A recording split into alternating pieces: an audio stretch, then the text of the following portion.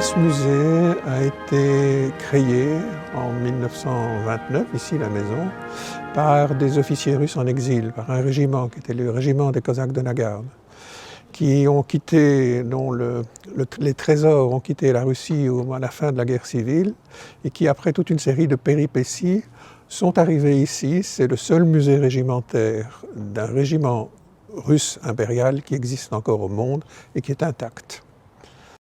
D'abord, c'est un 17 octobre, et le 17 octobre, c'est l'anniversaire de la bataille de Leipzig. C'est la grande charge et le grand fait d'armes du régiment des Cosaques de la Garde, qui ont sauvé les trois empereurs, l'empereur d'Autriche, l'empereur de Russie et le roi de Prusse, lors de la bataille de Leipzig, alors qu'ils allaient être pris par les Français, ce qui aurait probablement changé le cours de l'histoire. Donc l'empereur Nicolas Ier a donné l'ordre au régiment de fêter toutes les 17 octobre la fête régimentaire. Et comme disaient les anciens, comme aucune autorité que nous reconnaissons nous ayant donné l'ordre d'arrêter, nous continuons à le faire. La deuxième chose aujourd'hui, qui est totalement exceptionnelle, c'est que nous fêtons le 250e anniversaire de la création du régiment sous Catherine II. Dans l'armée russe impériale, on changeait les drapeaux les drapeaux régimentaires uniquement pour des occasions particulières, notamment pour un jubilé ou un anniversaire.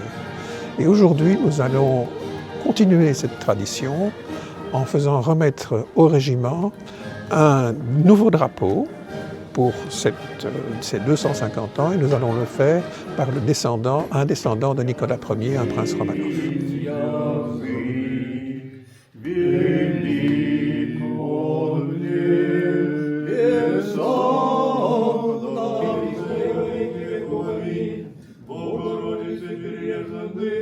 Ça fait quand même longtemps que ce lieu est ici, mais nous avons aussi eu la chance de pouvoir d'avoir une coopération depuis 1936 avec le Musée royal de l'armée.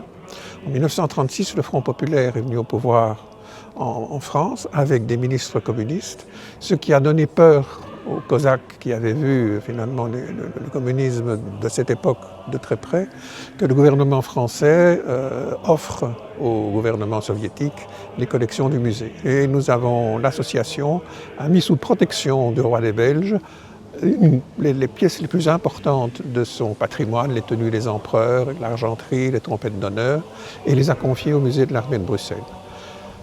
Toute cette collection est maintenant présentée de manière magnifique dans la salle russe du musée de l'armée, les trésors de la Russie impériale, qui a été rénovée il y a une quinzaine ou une vingtaine d'années avec l'appui de la Société royale des appuis du musée de l'armée.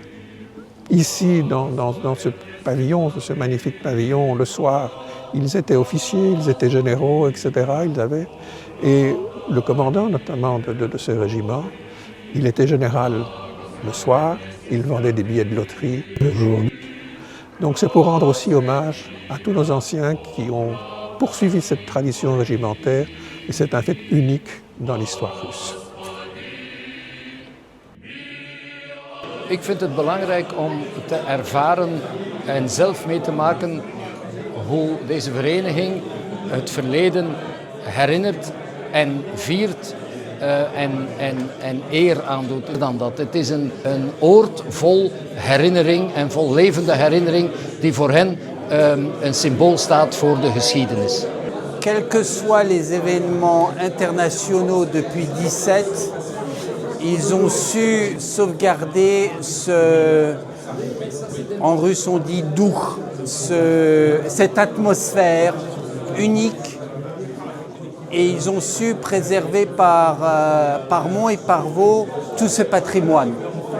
Ce serait heureux en tout cas qu'on essaye de conserver cet état d'esprit de la même manière qu'au musée de l'armée de Bruxelles, on essaye de le conserver à travers la salle du 19e siècle. Il faut donner aux gens une atmosphère de façon à ce qu'ils évitent des raccourcis et des anachronismes en se fondant seulement sur ce qu'ils connaissent, c'est bien normal, mais en essayant justement de prendre le temps à travers ce qu'ils voient comme atmosphère de l'état d'esprit de ceux qui nous ont précédés. C'est ce qu'on peut appeler vraiment une capsule historique.